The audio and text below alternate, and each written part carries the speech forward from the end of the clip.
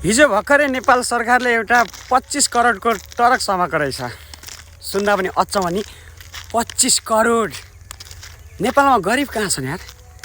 आमा, त्यो पनि अमेरिकी डलर, युरो, 25 करोड क्यास पैसा एउटा ट्रकमा। अचम्म नि। यसो विचार गर्नुहोस् त, नेपालमा गरिब जनता छन् र है? चारैतिर भोकमरी लाग्यो अरे, चारैतिर कता के भयो अरे। तर एउटा साधारण ड्राइभरले 25 करोड बोकेर हिँड्दै थियो अरे। राम राम राम राम राम। अब त्यो 25 करोड चाहिँ कसको हो त भन्दै त्यो 25 करोडको मालिकको खोजीमा छ।